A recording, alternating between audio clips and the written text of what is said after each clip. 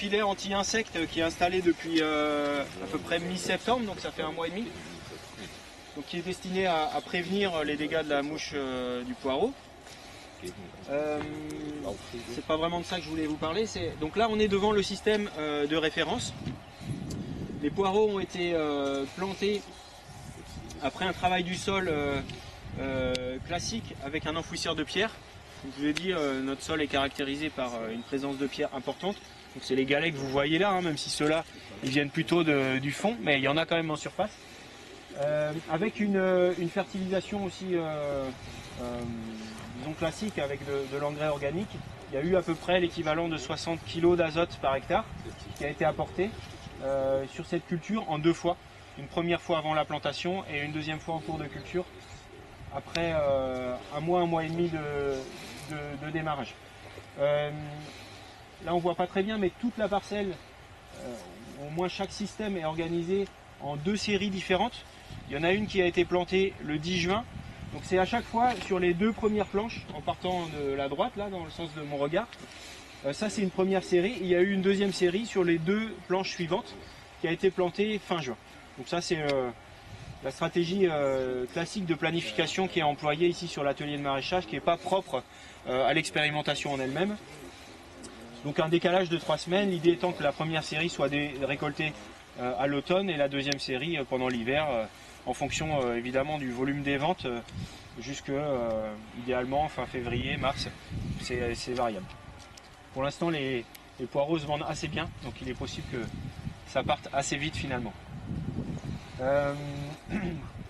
Globalement au niveau de la gestion de l'enherbement, ça s'est fait de manière assez classique, avec au démarrage, dès que les poireaux ont été suffisamment enracinés, un passage de RC trille. Il y a eu 2 ou 3 passages.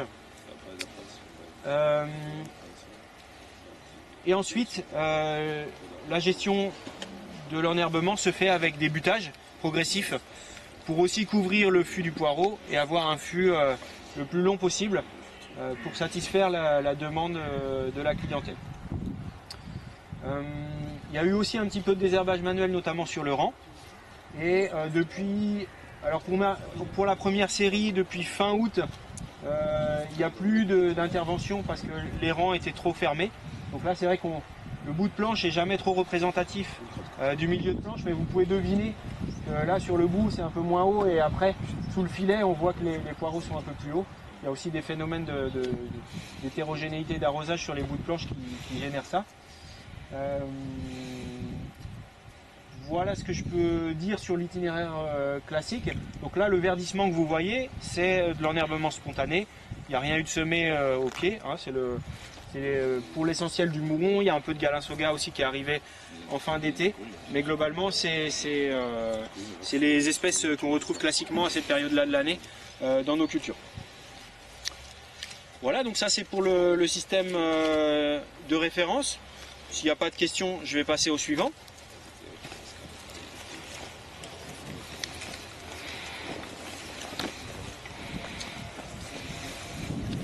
Donc là c'est pareil, 2 séries. Donc là on est sur le système engrais Vermax. Donc une première série constituée par ces 2 planches là, une deuxième série par les planches suivantes. Le démarrage donc c'est fait avec, alors j'ai pas reprécisé, c'est vrai, j'aurais dû le faire en précédent des poireaux. Il y avait un engrais vert qui avait été implanté à l'automne dernier sur le système de référence, qui a été broyé au printemps, au mois de mai, incorporé au sol en vue de la préparation finale des planches et de la plantation des poireaux. Sur le système engrais Vermax, il y avait aussi un engrais vert qui avait été implanté à l'automne dernier, même en fin d'été, en septembre.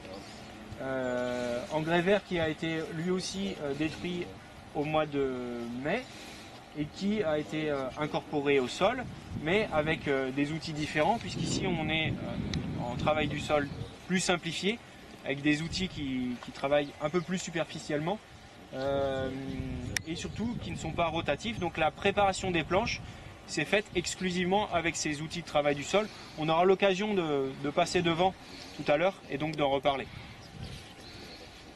Donc pas d'apport d'engrais, hein, comme je l'ai précisé tout à l'heure, et le non-apport d'engrais dure depuis le démarrage de l'expérimentation, donc 2015. En cours de culture, ce qui différencie le système engrais Vermax des autres, c'est que passé la stratégie assez similaire au système de référence en termes de gestion d'enherbement, c'est-à-dire RC tri, un peu de désherbage manuel sur le rang et des butages progressifs. Au dernier butage, fin septembre, on a semé un engrais vert intercalaire qui est constitué d'un mélange de 5 espèces de trèfles annuels.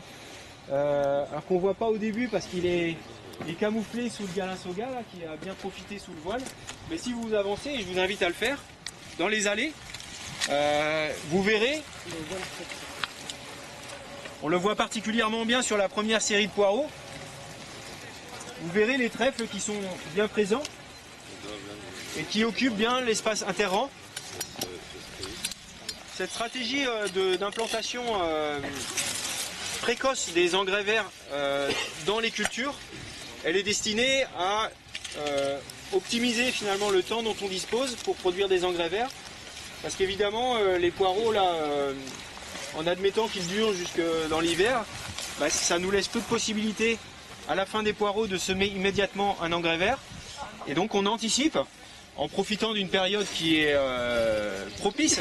Donc là, cet engrais vert intercalaire, il a été semé mi-août. Donc ça veut dire aussi qu'on stoppe les possibilités de désherbage mécanique plus précocement.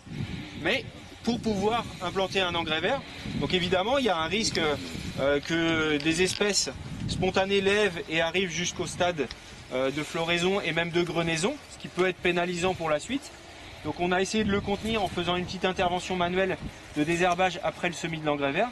Mais globalement, moi, pour l'instant, l'observation que je fais sur cette série-là, c'est que on a une bonne présence de l'engrais vert et que c'est plutôt encourageant pour la suite l'année prochaine, avec une sortie d'hiver où on aura des planches qui seront occupées, couvertes, avec des plantes vivantes et donc qui continueront à faire de la photosynthèse et à fixer des éléments minéraux éventuellement disponibles dans le sol. On le voit beaucoup moins sur la deuxième série, parce qu'évidemment on a décalé le semis, donc le semis est présent, mais beaucoup moins développé. Les trèfles sont plus bas, et donc évidemment ils occuperont moins bien la surface à l'entrée de l'hiver, c'est maintenant, mais pendant l'hiver. Mais par contre on peut en attendre, si au moment de la récolte il n'y a pas de trop de pénalisation des jeunes plantes qui sont présentes, on peut en attendre une sortie importante de biomasse après au printemps suivant. L'année prochaine on aura des carottes, donc ça nous laisse le temps d'un cycle assez long de l'engrais vert et de ces trèfles en l'occurrence, et donc de fixation azotée grâce à la symbiose bactérienne que sont capables de faire ces plantes-là. Si jamais par exemple on s'apercevait que sur la deuxième série c'est pas assez prometteur, on a toujours la possibilité au printemps prochain de ressemer un engrais vert, soit complémentaire, soit après avoir enfoui le premier. Ça c'est des choses qui sont éventuellement possibles. Mais pour l'instant, pour moi, la présence de l'engrais vert là est plutôt assez encourageante. Et on fait ça à un moment où le poireau a beaucoup moins de risques d'être concurrencé, puisqu'il est déjà bien installé, son système racinaire est déjà bien installé, et donc il est là présent, en capacité de capter le maximum de nutriments. Disons que finalement l'engrais vert, lui, il se contente de ce qu'il reste, quoi. Donc voilà pour le système engrais vert max. Et on va passer au troisième système.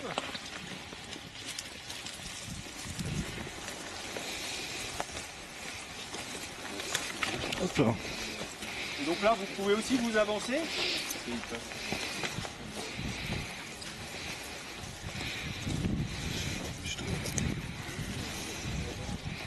Alors, dans la gestion du système conservation du sol, là on a un itinéraire technique qui est fondamentalement différent, puisqu'on avait, après les courges de l'année 2017, on avait semé un couvert végétal également en septembre, à la même période que sur le système engrais vert max. Couvert végétal qu'on s'est contenté d'écraser au mois de mai, fin mai, donc écrasé, plaqué au sol, avec un rouleau qu'on verra tout à l'heure. Le plaquage au sol, l'écrasement avec le rouleau a été complété avec un bâchage, donc une occultation par bâche en toile tissée, donc c'est pas complètement étanche, ça laisse passer l'air, hein, et également l'eau si on arrose ou s'il pleut, mais pour sécuriser par l'absence de lumière la destruction par le rouleau. Donc ça, les bâches sont restées entre 2 semaines et 1 mois selon les séries. En tout cas, ça a été suffisant pour au moment du débâchage, avoir une couverture du sol qui était complètement morte et qui a perduré pendant toute la culture de poireaux, puisque les seules interventions avant plantation, ça a été de passer un outil qu'on appelle un strip-till, donc qui travaille en ligne, sur la ligne de plantation des poireaux. Donc c'est l'outil qui est derrière vous là-bas, muni des disques et des dents. Joseph le commentera tout à l'heure. Cet outil-là nous a permis en un seul passage d'ameublir la ligne de plantation et également de déposer une fertilisation qui a pour valeur un peu moins de 30 kg d'azote par hectare, et c'est la seule fertilisation qu'on a faite sur ces poireaux-là. Et ensuite la gestion de l'enherbement, étant donné qu'on a un sol qui est couvert avec des résidus, hein, ça c'est la paille de l'engrais vert du couvert végétal précédent, on n'a pas la possibilité d'utiliser les mêmes outils mécaniques, et de toute façon notre souhait c'est de maintenir cette couverture du sol. Donc on a pu, comme intervention, uniquement réaliser des interventions manuelles de désherbage. Donc il y en a eu, hein, évidemment, parce que c'est pas resté complètement propre, même si globalement c'était assez satisfaisant. Il y a eu quand même des interventions de désherbage manuel sur ces poireaux. Voilà globalement la stratégie. Donc ça veut dire que finalement ici c'est relativement simple. C'est roulage du couvert végétal, bâchage, passage du strip-till et fertilisation localisée, plantation manuelle, mais elle a été manuelle sur tous les systèmes puisque l'atelier maraîchage n'est pas équipé d'une planteuse, donc tout s'est fait manuellement, en veillant évidemment sur ce système-là, étant donné que les poireaux n'étaient pas butés, à les enfoncer suffisamment profondément à la plantation pour avoir un fût assez long. Et ensuite suivi de l'enherbement pour intervenir au bon moment et récolte. Guillaume, tu as parlé de compost à un moment tout à l'heure, notamment pour cette conduite-là où tu dis le seul apport c'est du compost. Mais tu l'apportes quand le compost? Alors cette année, alors les années précédentes, il y a eu presque tous les ans un apport de compost, souvent qui s'est réalisé à la fin de l'hiver. Mais cette année, il n'y en a pas eu du tout. Sur aucun des systèmes, on a apporté du compost. De quoi? Généralement, c'est du compost qu'on achète dans le commerce et qui est un mélange entre du fumier de cheval et des déchets verts. Donc ça vient d'une plateforme de compostage. Hein. Et donc c'est un produit qui est moyennement mûr. Justement, Pierre il essaie d'avoir du compost qui est pas trop avancé, pas trop évolué, pour encore stimuler une bonne activité au niveau du sol et activité biologique. Et continuer le processus de dégradation, de décomposition, de transformation. Non, pas du tout. En fait, c'est vrai que j'ai pas trop détaillé cet aspect-là parce que cette année on n'a pas eu recours à des apports de compost. Mais autant sur le système de référence, que ce soit pour les apports d'engrais ou les apports de compost, on est plutôt sur des apports un petit peu routiniers. C'est-à-dire il n'y a pas de réflexion ou de calcul précis. Donc ça veut dire que généralement ça se situe autour de 30-40 tonnes à l'hectare l'apport de compost. Et puis après les apports d'engrais c'est selon les cultures, mais il n'y a pas de calcul précis pour dire voilà, notre bilan humique il est positif, donc on peut s'affranchir ou diminuer les apports de compost par exemple. Ou là on a des reliquats azotés qui sont de tel niveau, donc finalement on peut diminuer les apports d'engrais, ce qu'on fait systématiquement, alors pour les composts sur les 2 systèmes innovants et pour les engrais sur le système conservation du sol.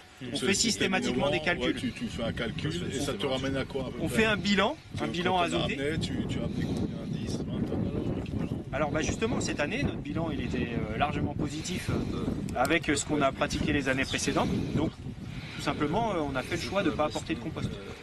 C'est une question aussi d'autonomie et de coût des intrants. Donc quand on peut s'affranchir de faire des apports parce qu'on juge que le fonctionnement de notre sol va être suffisant pour fournir les nutriments nécessaires à notre culture, on n'a pas nécessairement besoin de le faire. Là, on a, entre le début de l'expérimentation en 2015, on était autour de 2,3% de matière organique. On est maintenant autour de 4% sur tous les systèmes avec les apports qu'on a fait. Donc pour l'instant, on a dit, en tout cas sur les zones d'expérimentation, on a dit c'est bien, ça a évolué assez vite. C'est plutôt annonciateur d'un meilleur fonctionnement du sol, d'une meilleure structuration, ce qu'on peut observer aussi par ailleurs avec d'autres indicateurs. Donc, quand on peut le faire, on a choisi de ne pas faire d'apport. Mais sur les... J'ai eu du paillage. Ouais, alors après, en fait, le résultat de ces augmentations du taux de matière organique, c'est pas exclusivement les apports de compost, c'est les changements en termes de gestion du sol globalement, qui font qu'il y a peut-être plus de stockage et moins de minéralisation, ou pas les mêmes. Et donc on a ces évolutions-là. Et ça, c'est des choses qu'il faudra qu'on continue à observer dans le temps. Les quelques premières années, qui ont été des années de transition sur lesquelles on a, nous aussi, appris pas mal de choses dans la gestion des itinéraires techniques, devront se poursuivre pour nous permettre de tirer des enseignements plus fiables que les hypothèses qu'on formule encore aujourd'hui. Toujours est-il que sur la gestion des apports de fertilisation, pour illustrer un petit peu comment on procède, cette année, sur les poireaux, on avait prévu de faire un apport plus important que 30 unités d'azote. Donc c'était même pas 30 unités, c'était 27 unités. Donc ça, on a apporté ça à la plantation juste avant. Et on avait prévu, un mois et demi après, de repasser avec le strip-till pour localiser à proximité des lignes de poireaux un nouvel apport d'engrais. Mais les reliquats azotés qu'on fait à peu près toutes les 6 semaines en moyenne nous ont montré qu'il y avait suffisamment d'azote dans le sol pour assurer la fourniture correcte au regard du rendement objectif qu'on s'était fixé. Et donc on a fait l'impasse sur cet apport-là. Donc on a eu en tout et pour tout un seul apport d'engrais qui s'est fait exclusivement au moment de la plantation. Chose qu'on n'a pas raisonné de cette manière-là sur le système de référence, puisqu'on avait un deuxième apport qui était prévu et on l'a fait. Donc il y a eu même un peu moins à la plantation, autour de 20-25 unités, et le complément pour aller jusqu'à 60 en cours de culture. Ce que je peux vous dire maintenant, c'est rapidement en termes de résultats, parce que la semaine dernière, on a fait les premières pesées sur la première série. Donc c'est intéressant d'observer les premiers résultats. Donc ça, c'est un graphique qui montre les rendements de poireaux. Alors c'est le rendement commercialisable, donc c'est une fois le parage effectué, le poireau il est lavé, il est prêt à être vendu. Donc ça c'est les rendements. Donc on voit qu'il y a une différenciation entre le système de référence, le système engrais Vermax et le système conservation du sol. J'ai pour l'instant pas effectué les tests statistiques pour valider les données qu'on a obtenues. Néanmoins, on observe graphiquement que les deux systèmes innovants ont fourni un rendement commercialisable plus important que le système de référence. Ça c'est un premier objectif, un premier résultat pardon. Et par rapport à notre objectif de rendement qu'on s'était fixé, donc là en discussion avec Pierre, on dit bah voilà sur cette culture quel est ton rendement objectif. Donc là il m'avait dit bah si on fait en moyenne 20 tonnes hectares c'est bien. Donc c'est la ligne bleue qui est ici. Donc vous voyez qu'en fait sur tous les systèmes on a été au-delà de ce rendement là. Et que sur les deux systèmes innovants, on est presque au double de ce rendement, et notamment sur conservation du sol, où finalement on a le meilleur rendement commercialisable, avec autour de 45 tonnes, équivalent tonnes hectares de rendement sur ce système-là. Alors, donc ça c'est un premier résultat. Évidemment, après on va faire des calculs de marge pour savoir s'il y a une telle différenciation, parce qu'évidemment il y a eu un petit peu de temps de travail supplémentaire sur ce système-là, puisqu'il a été exclusivement manuel, ce travail de gestion de l'enherbement. Donc j'ai regardé rapidement tout à l'heure, on est sur le système engrais Vermax, on a eu aussi un peu plus de désherbage. Globalement, ce qu'on observe, c'est qu'il y a un salissement, ou en tout cas une présence des adventices qui est quand même assez forte sur ce système-là, qui peut être due au fait qu'on travaille exclusivement superficiellement le sol. Donc ça peut avoir pour effet, s'il y a des graines qui sont présentes, et notamment des graines issues des plantes qui grainent pendant les cultures, ça peut avoir pour effet que le stock de graines, en tout cas dans un premier temps, se concentre sur les premiers centimètres, et donc est propice à lever plus facilement. C'est une hypothèse.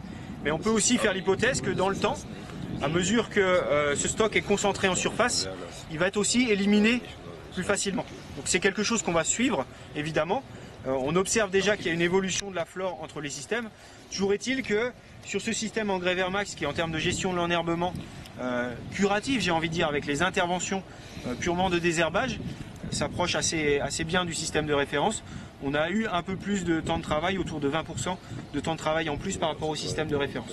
Et là, on est plutôt autour de 35-40% de temps de travail supplémentaire. Pour la première série, après il faudra voir avec la deuxième série, faire des moyennes, etc. Là, c'est le rendement de la première série. C'est la première série qu'on a récoltée, qu'on est en cours de récolte. Il y aura la deuxième pendant l'hiver, où on verra si la répartition, ou plutôt le positionnement des systèmes. On voit plus Effectivement, entre les deux séries, on a du mal à voir les différences. Si tu ne l'avais pas dit, voilà, exactement. C'était planté en même temps. Et d'ailleurs, Pierre a commencé à récolter un peu indifféremment sur les deux séries, en fonction des poireaux qu'il repère et qui ont un gros flux. Vous n'avez pas eu de loupé en irrigation, vous avez pu suivre l'irrigation sur toute la période sèche. Alors, toute la période sèche a été suivie en termes d'irrigation, même si ça reste un peu compliqué quand il y a... Là, notamment sur septembre, on a eu nous aussi un souci au niveau de notre installation d'arrosage, donc il y a eu un peu moins de suivi, mais globalement sur la période un peu délicate, on était à maximum 2 arrosages par semaine, quoi. Autour d'une quinzaine, 15-20 mm en fonction des possibilités. Donc,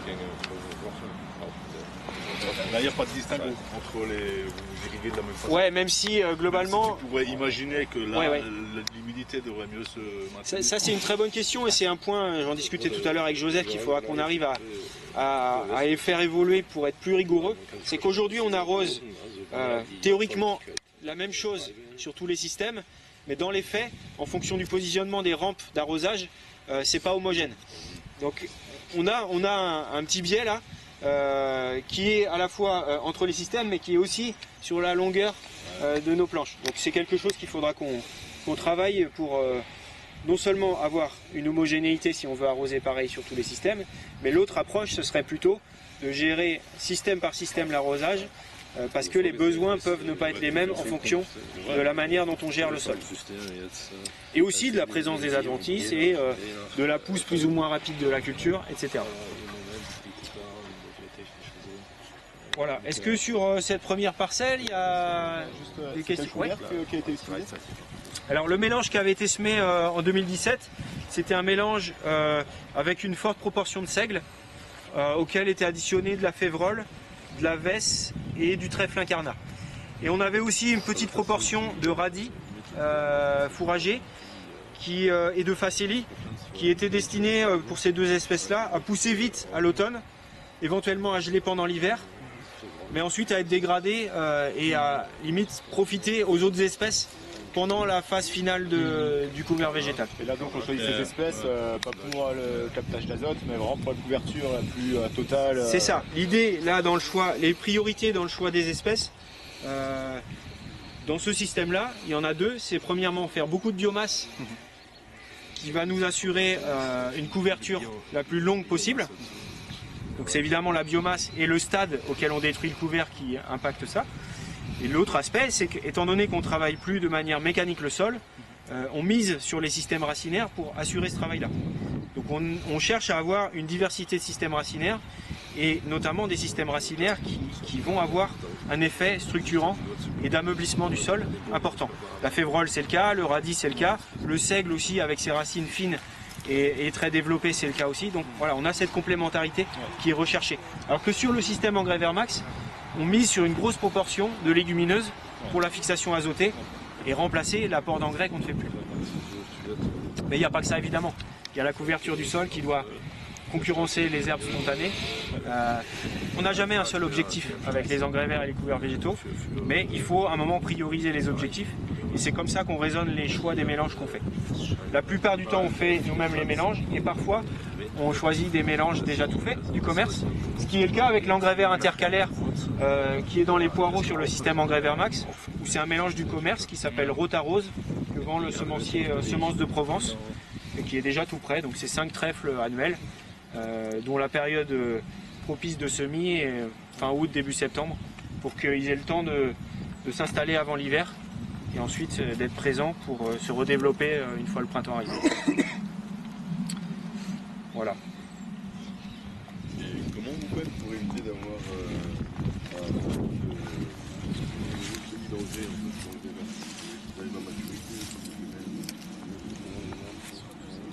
la question c'est comment on fait pour éviter que notre engrais vert graine? Bah, il faut le détruire avant qu'il graine. Mais ma réponse n'est pas si simple parce que la problématique c'est que pour que le roulage, on verra le rouleau encore en phase de prototype, même si je ne sais pas s'il y aura encore beaucoup d'évolution dessus, mais en tout cas c'est un prototype qui a été développé avec l'atelier paysan par Joseph pour le projet Cefersol, et donc qui avait déjà été développé mais qui en tout cas qui a été adapté pour ici. Et pour que le roulage soit efficace, il faut que le stade des espèces qui composent le engrais vert ou le couvert végétal soit déjà à un stade de floraison avancé.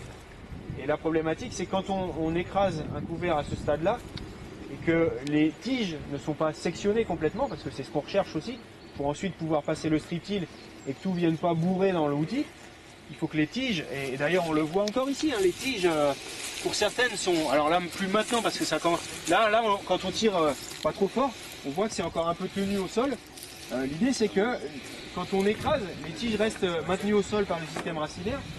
Et évidemment, les plantes ne sont pas complètement mortes, donc ça veut dire que si on est à un stade déjà avancé de floraison, voire les graines qui sont déjà formées, bah, elles peuvent continuer à mûrir. C'est déjà arrivé. Là pour l'instant, on n'a pas trop de problèmes de repousse. On a un peu de trèfle incarnat qui a repoussé par endroits, un peu de vesse, mais ça reste totalement maîtrisable, voire même c'est plutôt pas mal. Mais si on était envahi de ces espèces-là à des moments qui ne sont pas opportuns et qui sont concurrentiels vis-à-vis de la culture, là on pourrait avoir plus de problèmes. L'autre compréhension que j'avais de la question au départ, c'est comment on fait pour réimplanter un engrais vert ou un couvert végétal sans avoir à retravailler le sol. Et ça nous a amené à réfléchir à l'adaptation d'un outil pour pouvoir semer en direct. C'est l'outil qui est derrière avec le distributeur vert. Et ça, je laisserai aussi Joseph en parler. Je vous propose qu'on passe sur la deuxième parcelle.